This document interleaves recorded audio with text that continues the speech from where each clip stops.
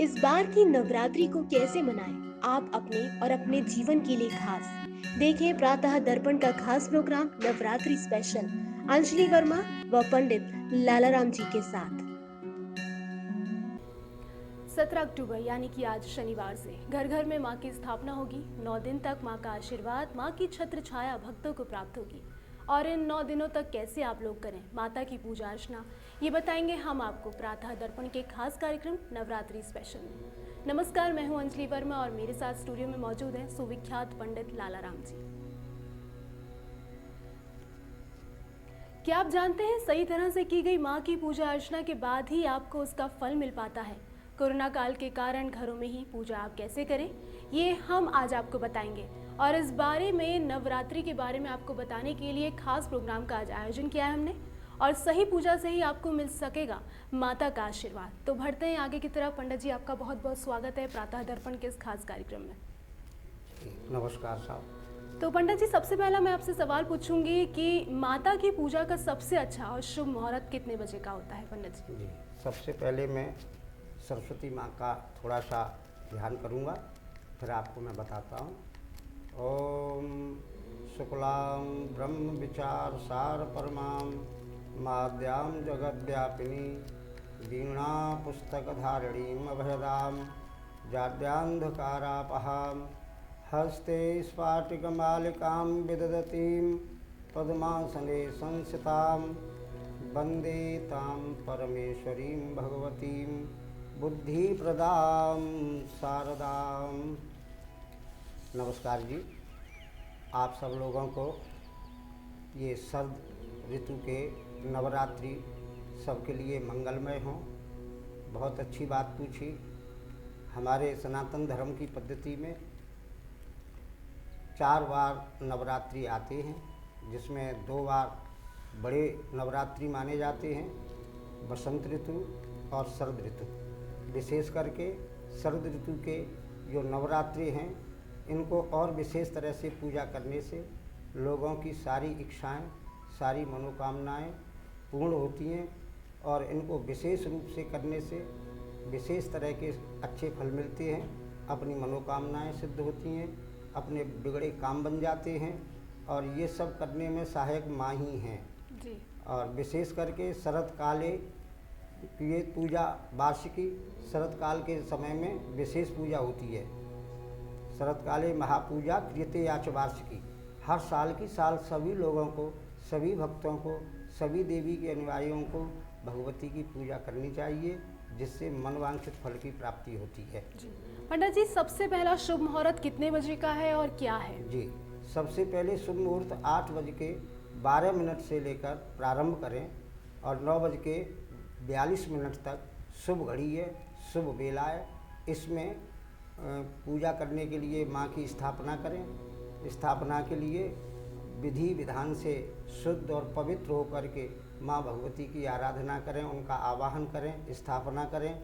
स्थापना के लिए किसी भी तरह से अच्छी तरह से स्वच्छ मन से जब स्थापना करें, कई तरह से स्थापना की जाती है।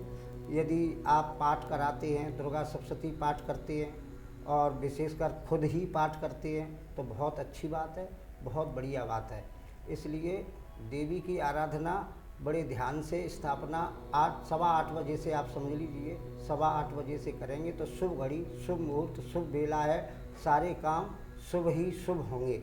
जो कोई साधक लोग अपने समय से जो देवी देवताओं की स्थापना करते हैं, उसका एक विशेष स्थान होता है, क्योंकि समय का विशेष साधना होती है।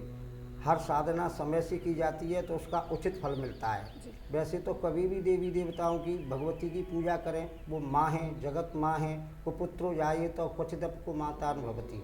कुपुत्र होते हैं लेकिन वो माता कभी नहीं होती, अपने भक्तों का शुभ ही शुभ करती है। फिर भी हमको फल की आवश्यकता है, किसी को नौकरी की आवश्यकता है, किसी को धन की आवश्यकता है, किसी को अपने वैभव की आवश्यकता है, कोई परिवार में गृहस्थी में सुख और शांति प्राप्त करना चाहते हैं, उसकी आवश्यकता है, कोई विद्या प्राप्त करना चाहते हैं, अच्छे नंबरों से पास होना चाहते हैं, तो उनके लिए ये विशेष साधना होती है कि सुबह शुभ मुहूर्त में अपनी स्थापना करें, जो आपको लाभदायक होगी, आपको मनवांछित फल देगी।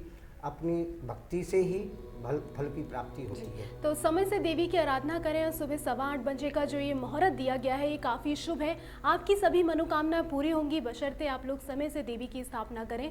यूँ तो माना जाता है देवी की स्थापना करना किसी भी समय बेहतर होता है, लेकिन जब कोई कार्य समय से और शुभ घड़ी में किया जाता है तो पंडित जी काफ़ी शुभ उसको माना जाता है और सारे बिगड़ते काम भी बनते नजर आते हैं। जी, जी। बढ़ते हैं आगे की तरफ। पंडित जी जानना चाहेंगे आपसे किस मंत्र के साथ करनी चाहिए देवी की आराधना? वैसे तो देवी के अनेक मंत्र हैं और उन भिन्न भिन्न कामनाओं से सिद्धि देने वाले हैं, लेकिन सबसे विशेष मंत्र बीज मंत्र माँ भगवती का है। ओम ऐं ह्रीं क्लीं चामुंडाय विच्चे। इस मंत्र से स्थापना करें, इसी मंत्र से आवाहन करें। कुछ लोग तो अच्छी तरह से मंत्रों के जानकार हैं, जिन्होंने वेद अध्ययन किया है, विद्याध्ययन किया है, अच्छे पाठशाला में जिनके संस्कार रहे हैं, वो तो सब जानते हैं, विधि विधान पूजा करने का समय भी जानते हैं। लेकिन जो माता बहनें भाई बंधु इस विषय से अनभिज्ञ हैं, तो उनके लिए ये विशेष करके पूजा करें तो उसमें विशेष फल की प्राप्ति होती है। तो समय से आप लोग पूजा करिए। इसके साथ जो पंडित जी ने लालाराम पंडित जी ने जो मंत्र बताया है उसका जाप जरूर करें। एक बार फिर से चाहूँगी पंडित जी आप मंत्र का जाप दोबारा बता दीजिए। ओम ऐं ह्रीं क्लीं चामुंडाय विच्चे। यदि आप अनेक मंत्र नहीं जानते हैं, एक ही मंत्र को जानते हैं तो कोई बात नहीं, भगवती एक ही मंत्र से प्रसन्न होकर के आपको मनवांछित फल देती हैं। इस मंत्र का विशेष करके 9 लाख इन नवरात्रियों में कोई जाप करता है तो उसकी जो इच्छा होती है, जो कामना होती है वह पूर्ण होती है। स्थापना में जैसा कि बताया कि चौकी लगा में, चौकी पर लाल वस्त्र पहना में और लाल वस्त्र पे उस पर अष्टदल कमल बना में, अष्टदल कमल बना करके और उस पे या तो श्री यंत्र की स्थापना करें या अष्टभुजाधारी दुर्गा देवी की स्थापना करें। और स्थापना करते समय सभी देवताओं का, नवग्रहों का, इन सभी का आवाहन करें और पूजन करें। थोड़ी सी ज्योति भगवती की करें जिससे मनवांछित फल की प्राप्ति होती है। सब साधना और सभी स्थापना यदि मंत्र नहीं जानते हैं तो सिर्फ एक ही मंत्र है, ओम ऐं ह्रीं क्लीं चामुंडाय विच्चे। अगर आप लोग लिखना चाहते हैं तो कॉपी पेन ले लीजिए, अपने हाथ में मंत्रों को लिखना शुरू कर दीजिए, क्योंकि आने वाला प्रोग्राम जैसे जैसे हम आगे बढ़ाएंगे, आज नवरात्रि का पहला दिन है, जैसे जैसे ही प्रोग्राम आगे बढ़ेगा आपको काफ़ी कुछ देवी की आराधना के बारे में जानने को मिलेगा। तो यहाँ लेते हैं छोटा सा अंतराल, जिसके बाद हम वापस लौटेंगे और पुनः इस प्रसारण को आगे बढ़ाएंगे। इस बार की नवरात्रि को कैसे मनाएं आप अपने और अपने जीवन के लिए खास? देखें प्रातः दर्पण का खास प्रोग्राम नवरात्रि स्पेशल अंजलि वर्मा व पंडित लालाराम जी के साथ। एक बार फिर से आपका स्वागत है प्रातः दर्पण के इस खास सेगमेंट नवरात्रि स्पेशल में। बढ़ाते हैं प्रोग्राम को आगे की तरफ और चर्चा करते हैं कि आप आज पहली नवरात्रि से कैसे देवी की स्थापना करें और अपने घर में सुख शांति और स्मृति की स्थापना कैसे करें। पंडित जी एक बार फिर से आपका बहुत बहुत स्वागत है इस खास सेगमेंट में। जी नमस्कार जी। तो पंडित जी अगला सवाल हम आपसे पूछेंगे, ज्योति जलाते समय लौंग को जोड़े के साथ ही चढ़ाना क्यों ज़्यादा ज़रूरी है? माना जाता है कि घर में भी लोग या बड़े बुजुर्ग कहते हैं कि जब ज्योति जलती है तो लौंग अवश्य चढ़ाएं, लेकिन कई लोग मानते हैं कि कुंवारी कन्या लौंग नहीं चढ़ाएं या फिर जोड़े के साथ वो लौंग नहीं चढ़ाएं। कितना इसमें भ्रम और कितनी सच्चाई है? कैसे लौंग को देवी की पूजा में इस्तेमाल करना चाहिए? जी बात यह है कि जब ज्योति करते हैं पहले तो आवाहन पूजन, उसके बाद ज्योति करते समय शुद्ध कंडे की अग्नि से प्रज्वलित करके और एक लौंग का जोड़ा भगवती के लिए अर्पित किया जाता है, इसलिए भगवती प्रसन्न हों। और पहले ही दिन से ये प्रारंभ होता है, 9 दिनों तक होता है। तो लौंग के जोड़ा इसलिए चढ़ाए जाते हैं कि भगवती माँ इससे ज़्यादा प्रसन्न होती हैं लौंग के जोड़े से। ये एक पुष्प ही है, इसको लवंग लता बोलते हैं संस्कृत में, जिससे भगवती के लिए प्रत्यक्ष रूप से उनके लिए लौंग चढ़ाने से भगवती अति प्रसन्न होती हैं। तो क्या कुंवारी कन्याएं भी लौंग चढ़ा सकती हैं पंडित जी? जी कुमारी कन्या भी चढ़ा सकती हैं, कुमारे लड़के भी चढ़ा सकते हैं, विवाहित अविवाहित माता बहनें सभी लौंग चढ़ाने के अधिकारी हैं। पूजा करने का कुमारी कन्याओं के चढ़ाने से अच्छे घर की, अच्छे वर की, अच्छी विद्या, अच्छे नंबरों से पास होना, ये सब चाहते हैं तो उसके लिए अवश्य चढ़ावें। सभी चढ़ावें जी। चाहे और लौंग को जोड़े के साथ ही चढ़ाया जाए जी, पंडित जी। लौंग के जोड़े के साथ ही चढ़ावें। और यदि उस लौंग को बतासे में लगा लें तो और भी अनंत गुना फलदायक हो जाती है। जी।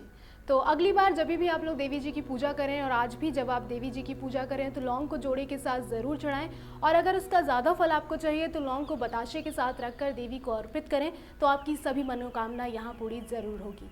बढ़ते हैं आगे की तरफ और रुख कर लेते हैं राशियों की तरफ, और शुरुआत करते हैं मेष राशि के साथ। पंडित जी, सबसे पहली राशि मेष राशि के बारे में हम बात करते हैं और जानते हैं ये नवरात्रि के 9 दिन मेष राशि वाले जातकों के लिए कैसा रहने वाला है। जी, मेष, वृक, मिथुन, कर्क, सिंह, कन्या, तुला, वृश्चिक, धनु, मकर। मेष राशि के लिए ये नवरात्रि लाभदायक आई हैं। उनको विशेष प्रकार से पूजा करें तो उनको लाभ होगा, और विशेष करके धन लाभ का उनका योग बनता है। और अच्छी तरह से साधना करें, भगवती में मन लगावें। और दुर्गे स्मृता हरस भीतिम शेष जंतो स्वस्थई स्मृता मतिमतीव शुभाम ददासी दारिद्र दुख भय हारिणिका तुदन्या सर्वोपकार करणाय सदार्ध चित्ता। इस मंत्र से भगवती की आराधना करें, पूजा करें, तो उनको विशेष धन की और विशेष पद की, उन्नति की, जो उन्नति चाहने वाले हैं उनकी उन्नति होने के चांस हैं। विद्या में जो पढ़ाई कर रहे हैं उनको अच्छे नंबरों से पास होने की उनकी आशा है। लेकिन केवल सुनने मात्र से नहीं, अपनी साधना अच्छी तरह से मन से करें तो उसको उनको अवश्य लाभ की प्राप्ति होगी। तो मेष राशि के जातक, मैं चाहूँगी कि आप लोग कॉपी पेन ले लें और नोट कर लें इस मंत्र को, क्योंकि ये मंत्र जो है नवरात्रि में आपके लिए बहुत सहायक सिद्ध होगा। पंडित जी चाहेंगे कि एक बार फिर से आप मंत्र का उच्चारण यहाँ कर दें। दुर्गे स्मृता हरस भी तिमशेष जंतो स्वस्थै स्मृता मतिमती वसुवाम ददासी दारिद्र दुख भय हारिणिका तुदन्या सर्वोपकार करणाय सदार्ध चित्ता। तो ज़रूर आप इस मंत्र का जाप करें। आगे बढ़ते हैं पंडित जी, आपसे जानना चाहेंगे किस रंग का फूल माता को चढ़ाना शुभ माना जाता है। जी, ऐसे तो काफ़ी फूल होते हैं, पीला फूल हुआ, लाल फूल हुआ, या फिर कोई भी और रंग का फूल हुआ, लेकिन ज़्यादातर देखा जाता है कि लाल रंग का फूल शायद माता को ज़्यादा प्रिय रहता है। क्यों है ऐसा? माँ को लाल रंग प्रिय है क्योंकि लाल रंग पर कोई किसी भी तरह का रंग नहीं चढ़ सकता। जी। दूसरा, इसी रंग को भगवा कलर कहते हैं। माँ भगवती का भगवा ही कलर है, उसी को वो स्वीकार करती हैं। विशेष करके रक्त पुष्पों की माला उन पर विशेष सुख की और शांति की प्रदान करने वाली हैं माँ। और लाल पुष्प, लाल कनेर का, गुड़ैल का, ये फूल चढ़ाने से लोगों की मनोकामनाएं पूर्ण होती हैं। फूल जिस तरह से प्रसन्न होता है, वैसे ही प्रसन्नता को प्रदान करने वाली माँ भगवती होती हैं, जो सबकी मनोकामनाओं को पूर्ण करती हैं।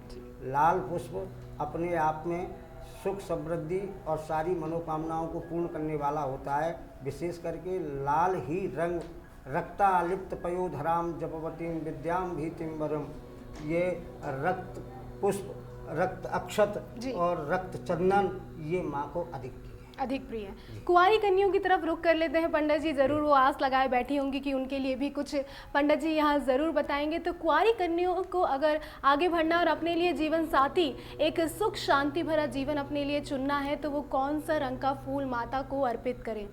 माँ भगवती को चाहे जो वर की अच्छे वर की खोज में हैं, या अच्छे पद की खोज में हैं, या अच्छे जॉब की खोज में हैं, उन सभी मेरी बहनों को चाहिए कि अच्छी तरह से भगवती की जब पूजा करें तो पुष्प वैसे तो जौन से मिल जाएं, जहाँ जैसे मिल जाएं उन्हीं पुष्पों से करें। गुलाब के पुष्पों से करें, गुड़ैल के पुष्पों से करें, कनेर के पुष्पों से करें। भिन्न भिन्न कामनाओं से नित्य प्रतिदिन के हिसाब से भी भगवती को फूल चढ़ाए जाते हैं। जी। जैसे शनिवार को, मंगलवार को रक्त पुष्प चढ़ावें, बुधवार को हरे पुष्प को चढ़ाने का विधान है, गुरुवार को पीले पुष्प को चढ़ाने का विधान है, शुक्रवार को श्वेत पुष्प चढ़ाने का विधान है। तो इसी तरह से भिन्न भिन्न कामनाओं से और भिन्न भिन्न फूलों को चढ़ावें तो भगवती पद की उन्नति। रही बात इसकी कि जिनको अच्छे पति की प्राप्त करने की इच्छा है कि हमारा अच्छा पति प्राप्त हो, जो हमको सुख प्रदान करे, हमारी मन के काबिल हो, तो उनको चाहिए कि कात्यायनी महामाये महायोगिन्यधीश्वरी पति में कुरु में देवा वासुदेव नमोस्तुते। तो ये भगवती का मंत्र है। कात्यायनी महामाये महायोगिनी धीश्वरी नंद गोप सुतम देवी पति में कुरुते नमः। मैं चाहूँगी पंडित जी कि इसके बारे में भी आप बताएं, इसका हिंदी उच्चारण भी बताएं, ताकि भली भांति समझ में आ जाए कि इस मंत्र का सही अर्थ क्या है। और आशा करती हूँ कि कुंवारी कन्या भी जानना चाह रही होंगी कि इस मंत्र का जो अर्थ है वो क्या निकल कर आता है। जी, ये जो मंत्र मैंने बताया आपको, ये भागवत में 10वें स्कंद में चीरहरण लीला के समय कुमारी कन्याएं इस शरद ऋतु में, हेमंत ऋतु में स्नान यमुना जी में करती थीं, बालू की प्रतिमा बनाती थीं। तो इसका अर्थ है वो बालू की प्रतिमा बना करके कात्यायनी माँ की गंध अक्षत पुष्प धूप दीप नैवेद्य चढ़ाने के बाद नित्य वो प्रार्थना करती थीं। असंख्यों वो गोपियाएँ थीं, वो सब कुमारी थीं और आपस में किसी भी तरह का विरोध न हो करके एक ही कामना करती थीं कि कात्यायनी महामाये, हे माँ कात्यायनी महायोगिनी धीश्वरी, आप योगियों की अधीश्वरी देवी हैं। नंद गोप सुतम देवी, नंद का जो पुत्र है श्री कृष्ण, पति में कुरते नमा, वो हमें पति रूप में प्राप्त हो। तो इसलिए उन्होंने इसको किया है, यही मंत्र है उनका। तो इसे जो कोई कुमारी कन्याएं जाप करती हैं, विशेषकर नवरात्रियों में जाप करती हैं, तो उनको मनवांछित पति की प्राप्ति होती है। ये मुझको पूर्ण विश्वास है। अनेक लोगों ने, अनेक माता बहनों ने इस मंत्र से अपने मन के अनुरूप घर और वर को प्राप्त किया है। जी, बहुत अच्छी बात है। आप लोगों के लिए भी कुछ खास यहाँ पंडित जी ने बताया है। तो कुंवारी कन्या जिनके विवाह में कुछ विलंब आ रहा है या काफ़ी अच्छा जीवन साथी वो ढूंढ रही हैं, तो इस मंत्र के साथ वो जाप करें तो देवी उनकी मनोकामनाओं को ज़रूर पूरा करेंगी। बढ़ते हैं आगे की तरफ और अब बात कर लेते हैं वृषभ राशि के बारे में। पंडित जी, कैसे करें वृषभ राशि के जातक माता को प्रसन्न करने के लिए पूजा अर्चना?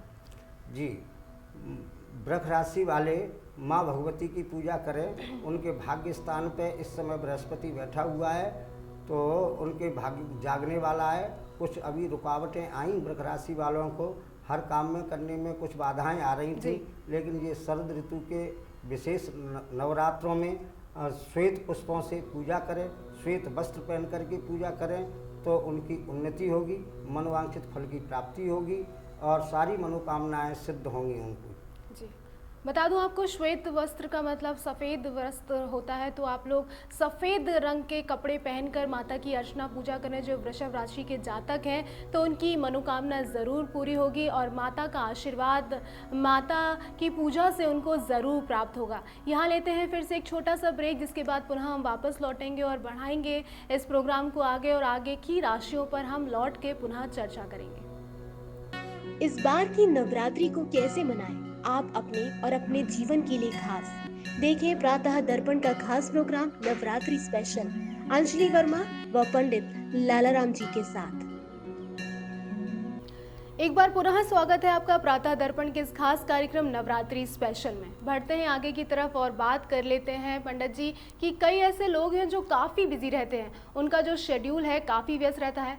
ऐसे में कौन सा ऐसा हल्का फुल्का मंत्र है जिसका पाठ करके माँ को मना सकते हैं? अगर किसी को नवरात्रि में माता की ज्योति करने का समय नहीं मिल रहा है या फिर मंदिर तक जाने का समय नहीं मिल रहा है, तो ऐसे कौन से मंत्र का वो जाप करें जिससे माता प्रसन्न हो जाए? पंडित जी जी, बहुत अच्छा आपने ये प्रश्न किया है। मैं आपको कहता हूँ, वैसे तो आज की भागदौड़ की ज़िंदगी में किसी को समय नहीं है, लेकिन फिर भी थोड़ा बहुत समय अवश्य निकालना चाहिए। अधिक नहीं, समय की कोई वो नहीं, लेकिन फिर भी अपना कर्म ही पूजा है। यदि अपने अधिक कर्म से बिजी हैं तो कोई बात नहीं है। आप चलते फिरते भी, उठते बैठते भी भगवती के मंत्रों का स्मरण करें। यदि आपको ज़्यादा समय नहीं है, आप भागदौड़ की ज़िंदगी में लगे हुए हैं, या तो आपको ऑफिस जाना है, या आपको अपने दुकान जाना है, या आपको खेत खलिहान की बात देखनी है, माता बहनों को अनेक काम में बिजी रहती हैं जो नहीं कर पाती हैं, ऐसी सभी माता बहनों को और सभी भक्तजनों को, सभी लोगों से मेरा कहना है कि भगवती का ध्यान अपने हृदय में करते रहें और अपने काम को करें। आपने सुना होगा सत्यनारायण भगवान के व्रत में ही ये बताया है। बहुत से लोग ये कहने लगते हैं कि जब लीलावती कलावती ने कथा सुनी थी तब कौन सी थी? उन्होंने कथा नहीं की, उन्होंने व्रत किया। और व्रत करने का मतलब ये नहीं होता कि अपने निजी कामों को छोड़ जी। दें। भगवान श्री कृष्ण ने भी कहा है कर्मण्डे वाधिकारास्ते माँ फलेषु कदाचना, कर्म जी। ही पूजा है। जी। तो इसलिए कर्म पहले है। जी। कर्म यदि नहीं है, कर्म से ही अपनी जीविका है और जीविका के लिए भगवती की आराधना करते हैं। जी। चलते फिरते जहाँ कहीं भी भगवती के दर्शन हो, उनको हृदय में दर्शन करके गदगद हो जाएं और उसके अलावा भगवती की आराधना में चलते फिरते भी कर सकते हैं। जैसे लकड़हारे ने कथा करनी थी तो उस दिन उसने लकड़ी बेचना नहीं छोड़ा। जी। जैसे ब्राह्मण ने अपनी कथा करनी थी तो रोज भिक्षा का काम करते थे, व्रत भी रखा और भिक्षा भी मांगी और शाम को उन्होंने पूजन किया। जी। तो जब समय थोड़ा बहुत निकले अपने दुकान से, मकान से, खेत से, खलिहान से या अपने रसोई घर से, माता बहनों को जब भी फुर्सत मिले तभी भगवती के सामने बैठ करके उनके मंत्र का जाप कर लें। ज़्यादा बड़े बड़े मंत्र तो बहुत हैं, लेकिन सर्व मंगल मांगल्ये शिवे सर्वार्थ साधिके शरण्ये त्र्यंबके गौरी नारायणी नमोस्तुते। इसको आप खाना पकाते समय भी स्मरण, ये मंत्र जो चारों तरफ प्रचलित होता है, चारों तरफ जानकारी में होता है, वो महामंत्र होता है, बड़ा मंत्र होता है, सरल भी होता है। और इसका मतलब ये नहीं, इसको हम जानते हैं तो इससे हम हमारी उन्नति नहीं हो सकती। कोई नया मंत्र मिल जाए तो ऐसी खोज न करें, क्योंकि मंत्र मंत्र होता है। मंत्र जाप मम दृढ़ विश्वासा, दृढ़ विश्वास के साथ में कोई मंत्र का जाप करते हैं तो उतना ही फल मिलता है जितना कोई एकांत में बैठ के भजन करता है, पूजा करता है। उससे कहीं ज़्यादा फल चलते फिरते उठते बैठते भगवती के मंत्र का जाप करते रहे और अपना काम भी करते रहे तो भगवती अवश्य ही आपको मनवांछित फल देंगी और आपकी उन्नति करेंगी। जी, यूँ तो जय माता दी कहने से ही सारे कष्टों का हरण हो जाता है, लेकिन कुछ ऐसे मंत्र होते हैं जिसका उच्चारण करते रहना भी उतना ही ज़रूरी होता है। तो आप लोग अगर बहुत ज़्यादा बिजी रहते हैं, इस नवरात्रि में आप लोगों को पूजा पाठ का समय नहीं मिल पा रहा है, तो पंडित जी ने जो मंत्र बताया है, पंडित जी चाहूँगी एक बार फिर से आप उच्चारण कर दीजिए। सर्व मंगल मांगल्ये शिवे सर्वार्थ साधिके शरण्ये त्र्यंबके गौरी नारायणी नमोस्तुते। इस मंत्र का जाप आप लोग ज़रूर करें जब भी आपको समय मिले। ये नहीं है कि आपको चौकी की स्थापना ही करनी है या फिर आसन पर बैठकर ही इस मंत्र का जाप करना है। आप कभी भी जहाँ भी आपको ऑफिस में हो या फिर कहीं आपकी दुकान हो, कहीं आपको इमरजेंसी हो, कहीं जाना हो, खाना बनाना हो, तभी भी आप लोग इस मंत्र का जाप करते हुए इस मंत्र का जो फल है वो प्राप्त कर सकते हैं। बढ़ाते हैं शो को आगे की तरफ और बात कर लेते हैं कलश स्थापना की। पंडित जी, कलश स्थापना का भी काफ़ी महत्व देवी की आराधना में माना जाता है। आज पहला नवरात्रा है और लोगों के घरों में पूजा पाठ का सिलसिला भी शुरू हो चुका है। ऐसे में कई लोगों के मन में ये उत्सुकता बनी हुई है कि कलश की उन्होंने स्थापना सही करी है या नहीं करी है, उनको सीधे हाथ की तरफ माता के या उल्टे हाथ की तरफ, किस तरफ माता की स्थापना करनी चाहिए। कुछ ऐसे भ्रम लोगों के मन में अभी भी बने हुए हैं, तो इन भ्रम को हम दूर करवाते हैं और पंडित जी लाला राम जी से जानते हैं कि किस तरीके से कलश की स्थापना माता के दरबार में करनी चाहिए नवरात्रों में। जी, बहुत अच्छी बात पूछी आपने। स्थापना का एक अपने आप में विशेष महत्व है और कलश स्थापना की एक विशेष महिमा है। और कलश स्थापन किए हुए भगवती प्रसन्न भी नहीं होती, इसलिए कलश स्थापित जरूर करना चाहिए जी। और कलश स्थापन का भी जैसा कि समय बताया, सबसे बढ़िया शुभ घड़ी में आप करें। शुभ घड़ी में करने से आपको शुभ ही फल की प्राप्ति होती है। कलश स्थापन क्यों करते हैं कि कलशस्य मुखे विष्णु कंठे रुद्र समाश्रिता मूले तस्य स्थितो ब्रह्मा मध्ये मातृगणा कुक्षौ तु सागरा सर्वे सप्तद्वीप वसुंधरा ऋग्वेदो यजुर्वेदो सामवेदो अथर्वणा अंगश्च सहिता सर्वम कलशम तो समाश्रिता। आपको ये मंत्र जो मैं बोला हूँ कलश में, ये सभी देवताओं का आवाहन किया जाता है। हमारी भगवती को जब जब देवताओं पर भी आपत्ति पड़ी है तब तब भगवती की आराधना की है। तो वो सभी देवता अपने घर में मंगल करने के लिए पधारते हैं। कलश के मुख में, कलशस्य मुखे विष्णु, मुख में विष्णु भगवान का स्थान होता है। कलशस्य मुखे कंठे रुद्र समाश्रिता, उनके कंठ में रुद्र भगवान का स्थान होता है। मूले तस्य स्थितो ब्रह्मा, बीचा बीच में ब्रह्मा जी का स्थापन होता है। मध्य मातृगणा स्मृता, मातृगण और देवगण लोकपाल दिग्पाल सभी उसके मध्य में रहते हैं। सातों समुद्र और सातों द्वीप सहित उस कलश में स्थापना की जाती है।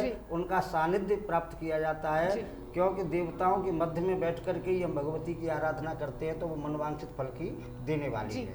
अब बताता हूँ कलश की स्थापना कैसे करनी चाहिए, वो भी मैं आपको बताऊँ। जहाँ चौकी आप लगावें उसके ठीक सामने अच्छी तरह से एक भगवती का चौक बनावें, रंगोली में अष्टदल कमल भी उसमें बीच में बनावें, और वो हल्दी से, मेहंदी से, रोली से, शुद्ध आटे से वह चौक बनाया जाता है जी। हाँ जी। इनके भी अपने अपने महत्व हैं। यदि एक एक विषय पे कहा जाए तो उसी में समय ज़्यादा लगेगा, लेकिन मैं तो इतना ही बताना चाहूँगा। समय की हमारे पास पाबंदियां हैं, कुछ कमी है समय की, तो इसी के तहत हम लोग आगे बढ़ेंगे और कलश की स्थापना शॉर्ट में ही निपटाएंगे। आशा करते हैं कि आप ज़रूर समझ पाएंगे। पंडित जी बढ़ते हैं आगे की तरफ। जी, तो उस कलश को जब चौक बना लें तो जो हमने चौक बनाया है, वैसे तो घर में जहाँ अपना मंदिर हो, जिस जगह पूजा का स्थान हो, वहाँ चौक बनावें। उसी के ऊपर चौकी पे भगवती को बताया ही था, पहले अष्टदल कमल से या भगवती अष्टभुजाधारी से या श्री यंत्र की स्थापना करते हैं। उसी के सामने नीचे चौक पे जहाँ चौक बनाते हैं, उस चौक का कोना उत्तर की और पूर्व की तरफ का जो कोना होता है,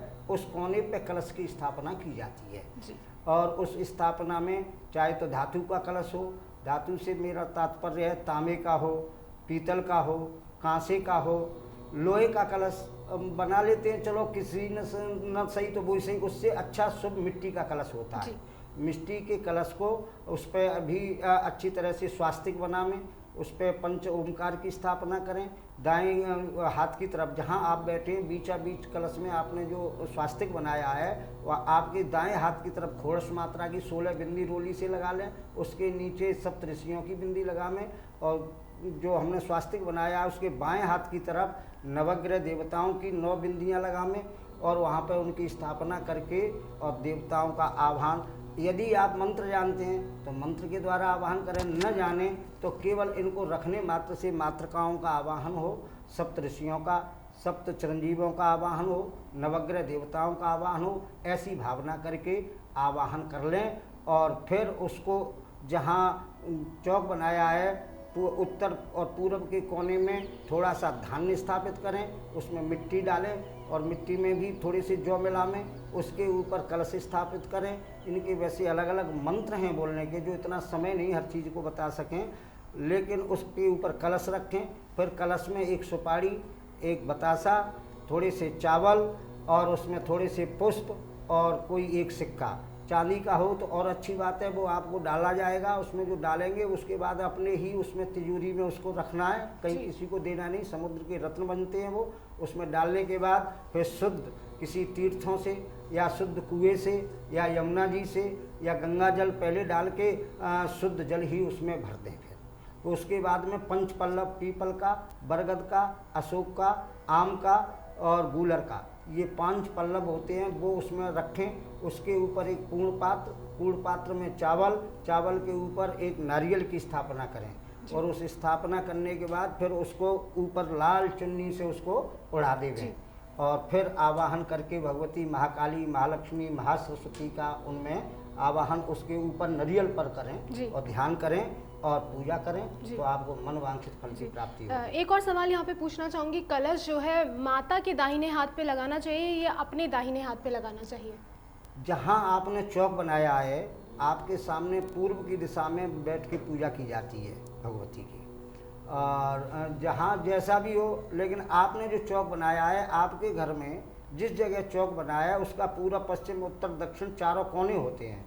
उस कोने पे जो पूरब और उत्तर का कोना होता है, उस कोने पे स्थापना की जाती है। जी, ठीक है। बढ़ते हैं आगे की तरफ और जान लेते हैं अगली राशि मिथुन के बारे में। मिथुन राशि के जातकों के लिए नवरात्रे कैसे शुभ होंगे पंडित जी?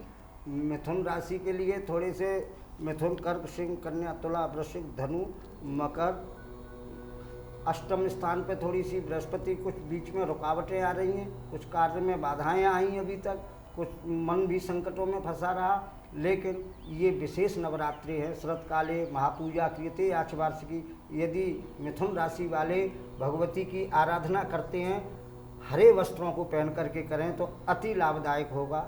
और उस पर पूजा करते समय मंत्र है भगवती का कि सर्वा बाधा विनिर्मुक्तो धन धान्य सुतान्यता मनुष्यो मत प्रसादेन भविष्यति न संशया। इस मंत्र के साथ में पूजा करेंगे तो सारी बाधाएं दूर होंगी, रुके हुए काम बनेंगे और सारी मनोकामनाएं पूर्ण होकर के आपके मन को आनंद होगा, आपके घर में खुशियां होंगी और आप का मन अत्यंत शांति को प्राप्त होगा। तो हरे वस्त्रों का इंतजाम आज से ही आप लोग कर लीजिए और माता की स्थापना करते समय इस राशि के जातक हरा कपड़ा जरूर पहने। पंडित जी बढ़ते हैं आगे की तरफ और बात कर लेते हैं कोरोना काल की भी, क्योंकि भारत देश में ये जो संकट है ये चल रहा है।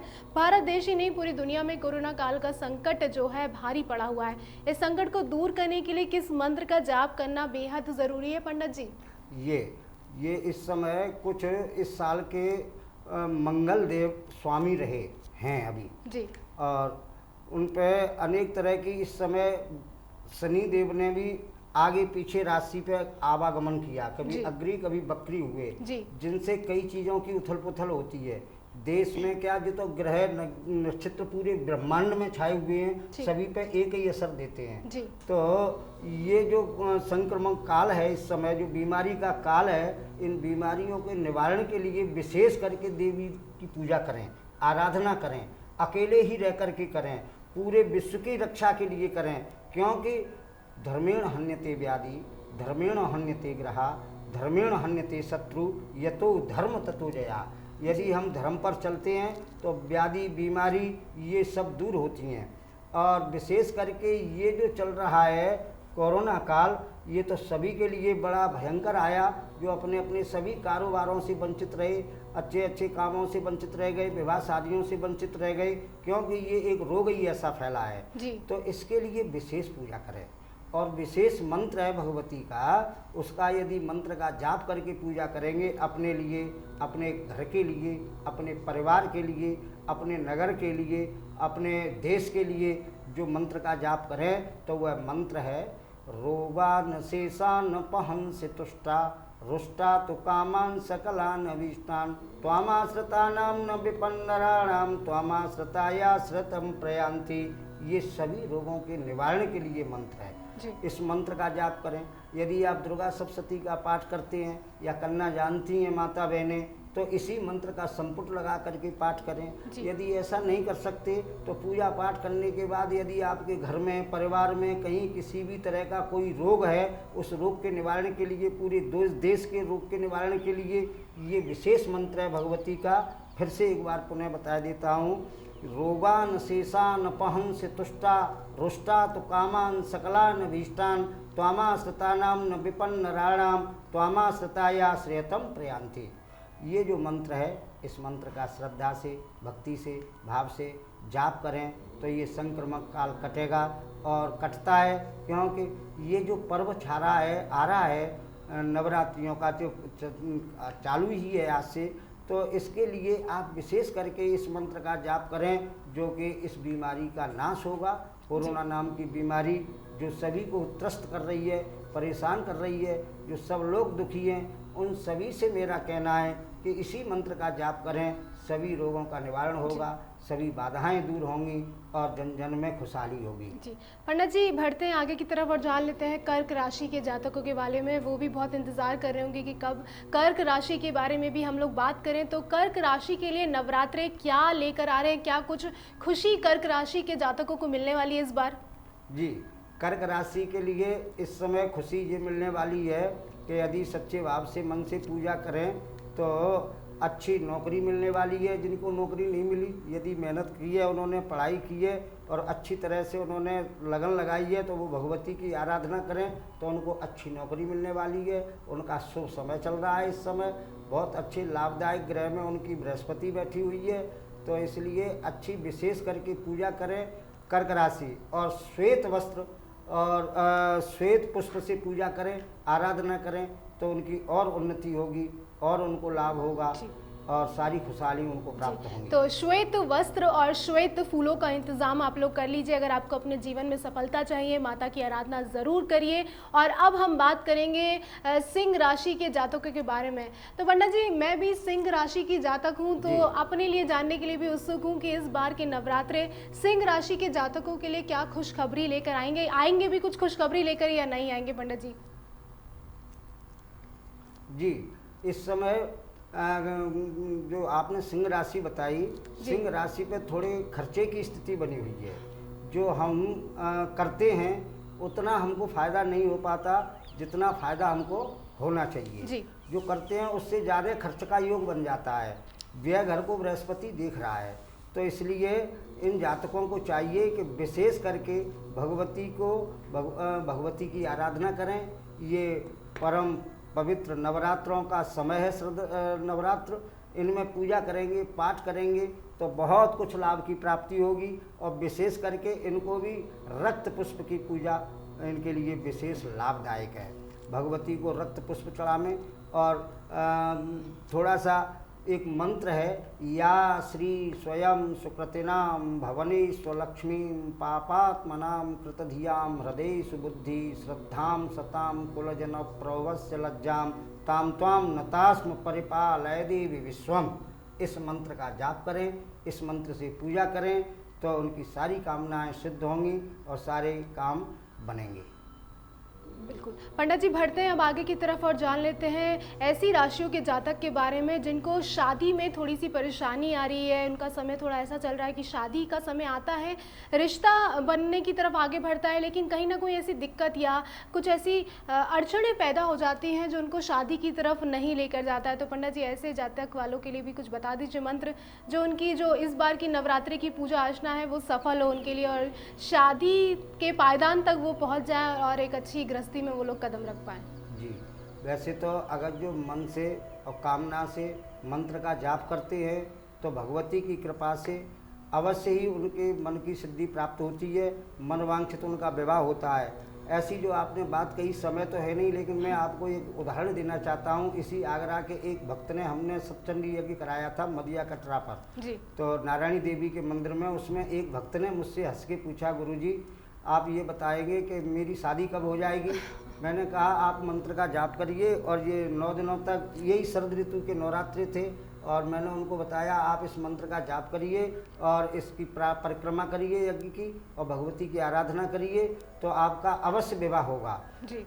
वो मैं आप कह देती, उस फोटो को भी मैं ले आता। ये सन 1993 की बात है।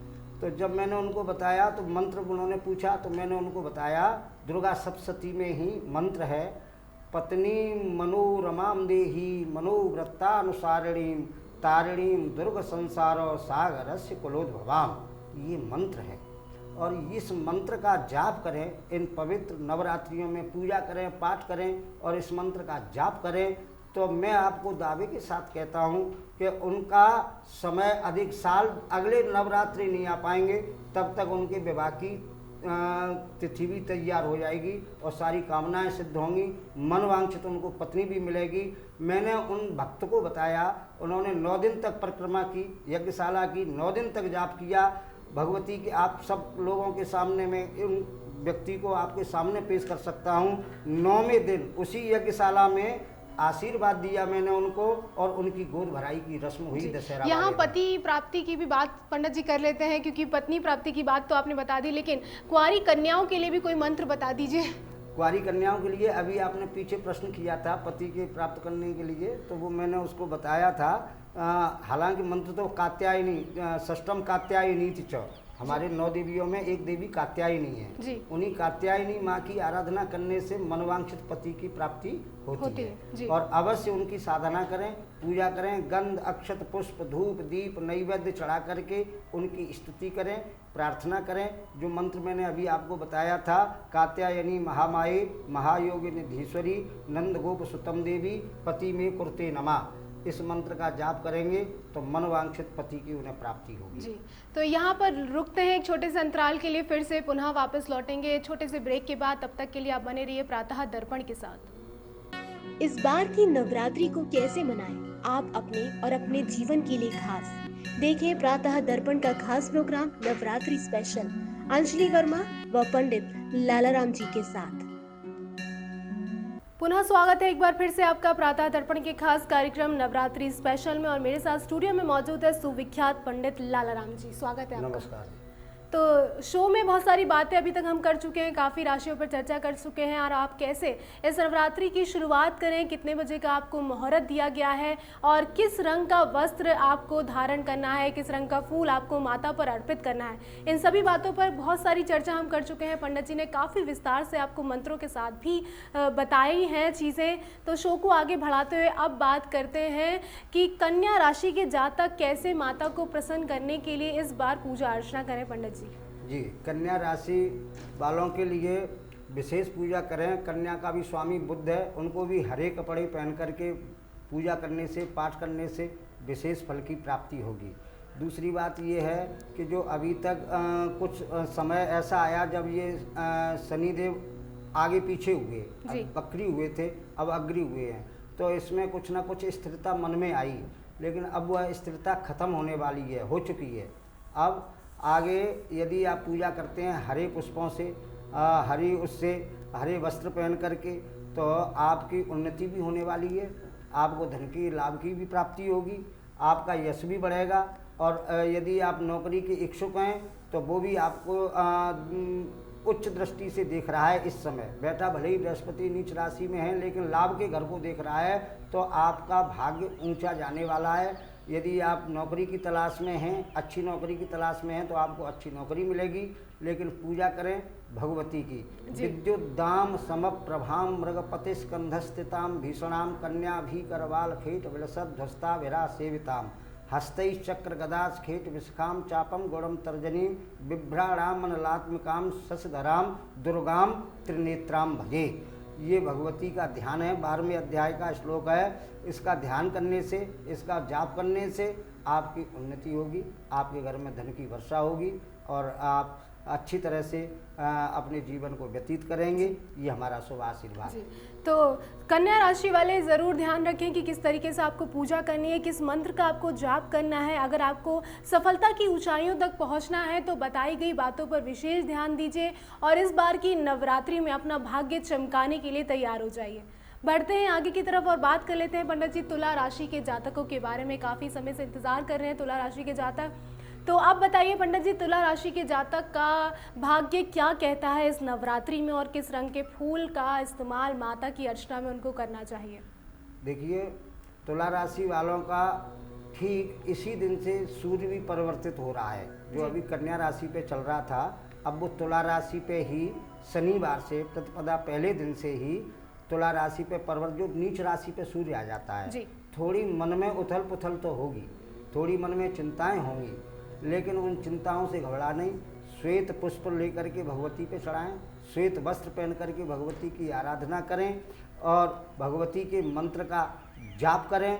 सर्वा बाधा विनिर्मुक्तो धन धान्य सुतान्विता मनुष्यो मत प्रसादेन भविष्यति न संशया। जी पंडित जी, तो इसी तरीके से आप लोग देवी जी की पूजा करें। तुला राशि के जातक भी पूरे मन से देवी की आराधना करें तो उनको सफलता अवश्य ही प्राप्त होगी। बढ़ते हैं आगे की तरफ और पूजा के बारे में बात करते हैं। तो देवी की पूजा में पंडित जी जो थाली हम लोग सजाते हैं, उस थाली में क्या क्या होना बहुत ज़्यादा आवश्यक है? जो थाली की में जो सामग्री होती है उसमें किसका क्या महत्व रहता है पंडित जी? जी, ऐसा है कि थाली सजाने में भगवती की वैसे तो अनेक चीज़ें हैं, लेकिन फिर भी जब हम पूजा करने के लिए चलें, भगवती की आराधना करने चलें, तो अपनी थाली को सजाने के लिए रोली है, चावल है, सुपारी है, कलावा है, लौंग है, इलायची है, गूगल है, पीली सरसों हैं, शहद की शीशी है, नीम गिलोय है, कमल गट्टे हैं। इन सब सामग्रियों को एकत्रित करें जी। और उनसे जब हम ज्योति करें तो एक एक वस्तु को भगवती के लिए अर्पित करना चाहिए, उसी मंत्र से, जो मंत्र मैंने बताया था शुरुआत में। जी, एक बार फिर से बता दीजिए। ओम ऐं ह्रीं क्लीं चामुंडाय विच्चै। प्रत्येक वस्तु इसी मंत्र से भगवती को अर्पित करें। चंदन लगाना है, लाल चंदन लगाना है, लाल चंदन न हो तो आप रोली को ही रख लेते हैं।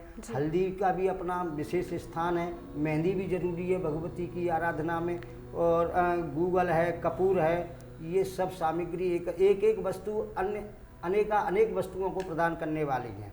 तो इसलिए इन सब को थाली में सजाकर पुष्प हैं, विशेषकर वृश्चिक राशि वालों को तो लाल पुष्प ही सूट करते हैं, लाल वस्त्र ही सूट करते हैं। लाल वस्त्रों को पहने भगवती की आराधना में, लाल पुष्पों को चढ़ाएं और लाल चंदन की माला से जाप करें। यदि लाल तो चंदन वृषभ राशि के बारे में हम लोग यहाँ बात करें, वृषभ राशि के जातक जो हैं वो लाल का प्रयोग ज़्यादा करें पंडित जी। वृश्चिक राशि, वृषभ नहीं, वृश्चिक राशि है, हाँ, लाल उनके लिए सूटेबल होते हैं। अंगुली में मूंगा भी वो धारण कर सकते हैं, जिससे उनको लाभ की प्राप्ति होगी। जी, तो बढ़ते हैं आगे की तरफ और बात कर लेते हैं अब धनु राशि के जातकों के बारे में। पंडित जी क्या कहता है इस बार नवरात्रि का त्यौहार धनु राशि के जातकों के लिए? जी, धनु राशि के लिए वैसे तो इस समय कुछ संकट का काल चला और चल रहा है अभी, क्योंकि शनि की दशा अक्री बकरी भी हुई, 7.5 साल का शनि चल रहा है। जैसे हमारे भारत देश पर ही मानिए आप, भारत देश की धनु राशि बनती है तो इसमें अनेक तरह की उथल पुथल बीमारियां ये सब लिखा हुआ है। ज्योतिष में भी, ज्योतिषकारों ने भी इसको, बड़े बड़े ज्योतिषकारों ने भी इसे शोध करके लिखा है कि राज्य नेताओं में उथल पुथल, धनराशि वालों के मन में उथल पुथल, जो काम करते हैं तो काम तो होने को जाता है लेकिन फिर भी बनते बनते वो बिगड़ जाता है। तो इसके लिए विशेष करके इन नवरात्रियों में यदि आप आराधना करते हैं तो पीले पुष्पों से भगवती की आराधना करें और उनको मनवांछित फल की प्राप्ति होगी। और भगवती की आराधना में निरंतर अपने मन को शांति के लिए यदि आप कुंजिका स्तोत्र का पाठ कर सकते हैं तो आपका भाग्य जागृत हो जाएगा। जी, हाँ। मैं चाहूँगी पंडित जी धनु राशि वालों के लिए जो आपने मंत्र का उच्चारण करा एक बार पुनः कर दीजिए। वो मंत्र जो है, जो मैंने बताया आपको, तो वो थोड़ा सा बड़ा है, स्तोत्र है एक, जो करते हैं कुंजिका स्तोत्र बोलते हैं। कुंजिका माने चाबी, अपने भाग्य को खोलने के लिए। जी, तो धनु राशि वाले अगर चाहते हैं अपने भाग्य की चाबी को पाना तो ये जो मंत्र पंडित जी अभी बताने वाले हैं, इसमें एक विशेष मंत्र है, उसी मंत्र का जाप कर लें तो आपको मन वांछित फल की प्राप्ति होगी। वह मंत्र है ओम ऐं ह्रीं क्लीं चामुंडाय विच्चै गुलौ ह्रीं क्लीं जूस ज्वालय ज्वालय ज्वल ज्वल प्रज्वल प्रज्वल ऐं ह्रीं क्लीं चामुंडाय विच्चै हम सम लम छम फट स्वाहा। जी, इस मंत्र का, ये कुंजिका स्तोत्र के मध्य में से ही है। कुंजिका स्तोत्र थोड़ा बड़ा है, 10-15 श्लोकों का है, उसे बोलेंगे तो बोलने को तो मैं बोल सकता हूँ जी, लेकिन ये जो मंत्र जितना पंडित जी ने बताया, अगर आप इतने ही मंत्र का जाप करेंगे तो आपके भविष्य की जो चाबी है वो आपको मिल जाएगी और इस बार की नवरात्रे आपके लिए खुशियाँ लेकर ज़रूर आएंगे। तो बढ़ते हैं आगे की तरफ और बात कर लेते हैं माता की आरती के बारे में। पंडित जी, माता की जब हम आरती करते हैं और कपूर के साथ आरती करी जाती है, दिया रखा जाता है, कई लोग कपूर रखते हैं, धूप बत्ती भी जलाई जाती है। आरती करने के बाद इस आरती को कई लोग हमने देखा है पूरे घर में घुमाया जाता है। ऐसा करना कितना शुभ माना जाता है और क्या ये करना ज़रूरी भी है? जी, माता की आरती, आरात समीपात, आरती का अर्थ होता है कि भगवती की समीपता, ऐसी भावना होती है कि भगवती यहाँ पर हैं। उसे कपूर से आरती करने का विशेष महत्व है। और आरती करने के बाद में भगवती की जो आरती हम करें, आरतियाँ सब माताएं बहनें जानती हैं, जौन सी आरती अपने को प्रिय है उसी आरती के द्वारा भगवती की आराधना करने के बाद में थोड़ा सा जल का छींटा लगाते हैं आरती को शांत करके। फिर उसी जल को और आरती को पूरे घर में इसलिए घुमाते हैं कि हमारे घर की जो किसी भी तरह की बेकार की हवाएं हैं, किसी भी तरह से व्याधि है, बीमारी है जो घर में घुसी हुई हैं, अगर कोई अशांति भी आपके घर में फैली हुई है तो इस आरती को घुमाने से ज़रूर शांत हो जाएगी, शांति होती है और खराब हवाएं निकलती हैं, अच्छी हवाओं का प्रवेश होता है घर में, जिससे सुख और समृद्धि बढ़ती है। अवश्य ही घर में आरती करें, या धूप की आरती करें, या दीपक की आरती करें, या कपूर से आरती करें, तो सभी से मनवांछित फल मिलता है। पर अपने घर में अवश्य घुमाएं उसे, घुमाने से बहुत लाभ की प्राप्ति होती है और अवश्य ही पूजना चाहिए, अवश्य ही करना चाहिए। जब हम स्थापना करते हैं नवरात्रियों में तो ये विशेष ध्यान रखना चाहिए कि सुबह भी पूजा करें और शाम को भी आरती करें। सुबह और शाम दोनों टाइम होनी चाहिए। तो अब की बार विशेष ध्यान रखिए कि नवरात्रे आज से शुरू तो हो चुके हैं, आरती करने के बाद उस आरती की थाली को सुख शांति और स्मृति लाने के लिए अपने घर में ज़रूर घुमाएं। इससे आपके मन को, आपके घर को, सभी को शांति ज़रूर मिलेगी। पंडित जी, बढ़ते हैं हम आगे की तरफ और बात कर लेते हैं मकर राशि के जातकों के बारे में। तो क्या कहता है मकर राशि के जातकों के बारे में इस बार का नवरात्र और किस रंग का इस्तेमाल उनके लिए शुभ होगा?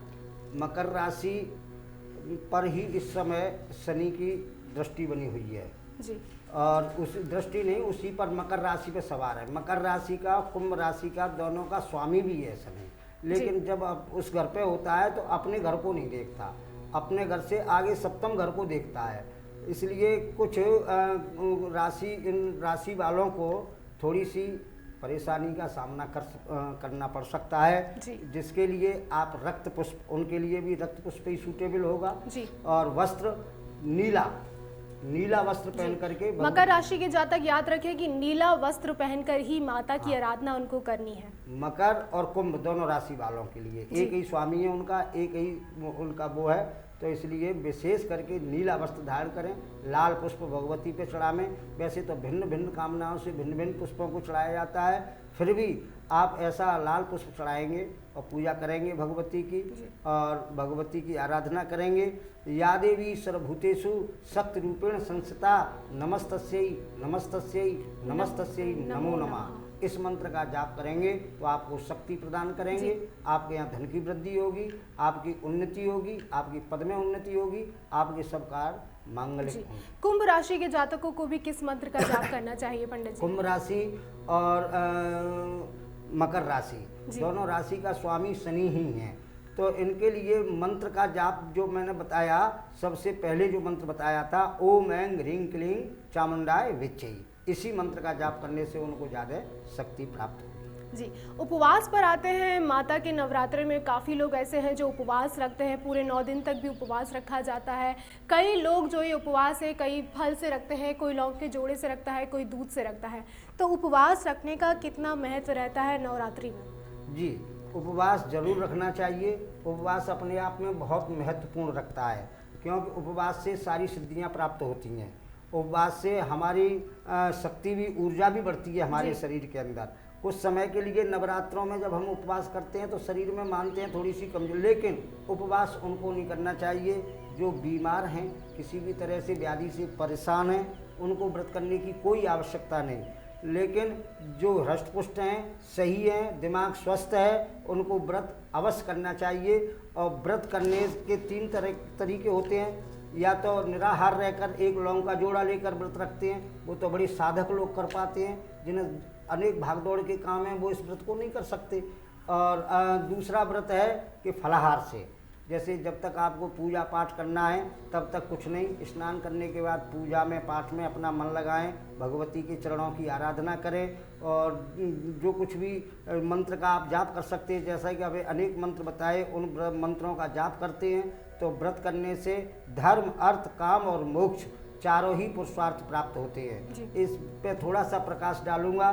धर्म का काम बढ़ता है मंत्र का जाप करने से, व्रत करने से अर्थ, घर में धन भी बढ़ता है जी। व्रत करने से, काम, अपनी इच्छाएं पूर्ति होती हैं, और मोक्ष यानी मन को मुक्ति और शांति, मन को शांति मिलना ही मोक्ष है जी। संसार का विस्मरण होना और मन को शांति मिलना ही मोक्ष कहलाता है। तो उनकी सारी व्यथाएं दूर होती हैं जो व्रत रखते हैं, तो वो एक बार फलाहार करके रह सकते हैं। तीसरा एक भुक्त व्रत है, बोले सुबह से शाम तक, जब तक भगवती की आराधना करनी है तब तक बीच में थोड़ा सा फलाहार वगैरह ले लेते हैं और पूजा करते हैं, पाठ करते हैं। शाम के समय आरती पूजा संध्या करने के बाद में आप जैसे लहसुन है, प्याज है, मादक वस्तुओं का त्याग है, इन सब को त्याग करके और शुद्ध हविष्यान जैसे दूध है और सब्जी हैं, शाकंभरी देवी है, इनको बना करके आप थोड़ा सा अन्न भी ग्रहण कर सकते हैं सात्विक की।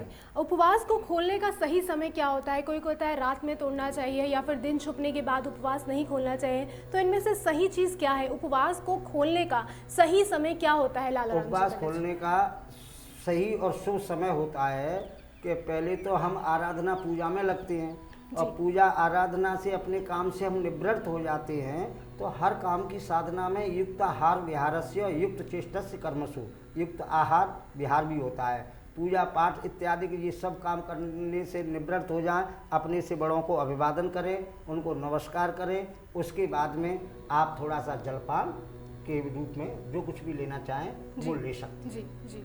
अब बात कर लेते हैं मीन राशि के जातकों के बारे में। पंडित जी क्या कहता है मीन राशि का जो समय चल रहा है नवरात्रों में, क्या उनके लिए खुशखबरी लेकर आने वाला है? जी, मीन राशि वालों के लिए खुशखबरी विशेष इनकी भी आने वाली है, मीन राशि वालों के लिए विशेष करके पीले पुष्पों से तो भगवती की आराधना करें जी। पीले वस्त्रों को पहने और पीले वस्त्र पहन करके भगवती की आराधना करें। और आराधना में जो भगवती का मंत्र है तो उसके लिए घंटा, शूल, हलान, शंख, मुसली, चक्रम, धनु, सायकम, हस्ताब्जयदत्तिम, घनांत बिलसक, शीतांश तुल्य प्रवाम, गौरी देय समुद्भवाम त्रिजगताम, आधार भूताम महा, पूर्वा मत्र सरस्वती मनुभजी, शुंभादि दैत्यार्दिनी। इस मंत्र का जाप करेंगे, पाठ करेंगे तो अवश्य ही उनकी उन्नति होगी, लाभ होगा और आगे उन्नति का ही उनका समय आ रहा है। वैसे तो नीच राशि उस पर बैठ करके बृहस्पति और लाभ के घर को देख रहा है, पुत्र के घर को देख रहा है। ऐसे जातकों के यहाँ, मीन राशि वालों के यहाँ जिसके यहाँ संतान नहीं हो तो पुत्र होने का योग बनता है, सारी उनकी कामनाएं सिद्ध होने की योग बनता है और भी अच्छे उनकी अच्छी खबरें सुनने का योग बनता है। और भगवती की आराधना करेंगे तो सारी कामनाएं उनकी सिद्ध होंगी। जी, तो मीन राशि के जातक आपके लिए नवरात्रि काफ़ी कुछ लेकर आ रही है, तो भगवान की भक्ति में लीन हो जाइए और अच्छे से पूजा पाठ में आप लोग ध्यान लगाइए। अब शो के अंत में हम चाहेंगे कि आप कोई ऐसा मंत्र बताएं पंडित जी जो बच्चों की पढ़ाई में उनको सफलता दे, क्योंकि कोरोना संकट काल चल रहा है, स्कूल कॉलेज सभी फिलहाल के लिए तो अभी बंद है, लेकिन खोलने का आदेश तो जारी कर दिया गया है। ऐसे में बच्चों का जो मन है पढ़ाई से कहीं ना कहीं भटक चुका है, तो कौन से मंत्र का जाप करना चाहिए बच्चों को जो वो उनकी पढ़ाई में मन भी लगाए और सफलता की सीढ़ी उनको आसानी से मिलती चली जाए? जी, बात यह है कि भगवती सरस्वती देवी बुद्धि प्रदान करने वाली है। जिनका मन नहीं लगता, जो कहते हैं कि हमारा मन नहीं लगता, तो उन बच्चों को या अपने के गार्जियंसों को, उनके माता पिता को चाहिए कि अपने बालकों को संस्कार दें। संस्कार ये है कि सुबह स्कूल जाने से पहले स्नान इत्यादि करके तैयार हों और कुछ न खाए पिए से पहले भगवती सरस्वती की आराधना और साधना करें। ओम, ज़्यादा बड़ा मंत्र नहीं मैं बताऊंगा क्योंकि बड़ा मंत्र नहीं जाप कर सकते, बहुत छोटा सा मंत्र बताऊंगा। जैसे परमाणु बम छोटा होता है, विस्फोट बड़ा होता है, ऐसे ही विद्या प्राप्त करने के लिए ओम बद बद बागदायिनी नमः इस मंत्र का जाप करेंगे तो जिनका पढ़ने में मन नहीं लगता है उनका पढ़ने में मन लगेगा। जो पढ़ाई में कमज़ोर रह दिखते हैं वो पढ़ाई में तेज होंगे और उनकी बुद्धि प्रखर होगी और सरस्वती देवी उनको अभय वरदान देंगी और विद्या प्रदान करेंगी। मंत्र एक बार फिर सुन लीजिए। मंत्र है ओम बद बद वागदायिनी नमः। तो इस मंत्र का आप लोग जाप ज़रूर करिए। इस मंत्र के जाप करने से आपको सफलता ज़रूर हासिल होगी। पढ़ाई में अगर आपका मन नहीं लग रहा है तो आपका मन जो विचलित है उसको भी ये शांत करेगा और आपको सफलता की सीढ़ी की ओर ज़रूर लेके जाएगा। नवरात्रि स्पेशल शो में आज के लिए बस इतना ही। आशा करते हैं कि आपकी नवरात्रि शुभ हो और जीवन की सभी सफलताएं आपको अवश्य ही प्राप्त हो। देखते रहिए प्रातः दर्पण का ये खास सेगमेंट, आगे भी ज़रूर आपके सामने ऐसे ही सेगमेंट लेकर आते रहेंगे। आपकी नवरात्रि के लिए आप सभी को शुभकामनाएं। मैं अंजलि लेती हूँ आपसे इजाज़त। पंडित लाला राम जी के साथ फिर होगी मुलाकात। नमस्कार। नमस्कार। इस बार की नवरात्रि को कैसे मनाएं आप अपने और अपने जीवन के लिए खास? देखें प्रातः दर्पण का खास प्रोग्राम नवरात्रि स्पेशल अंजलि वर्मा व पंडित लाला राम जी के साथ।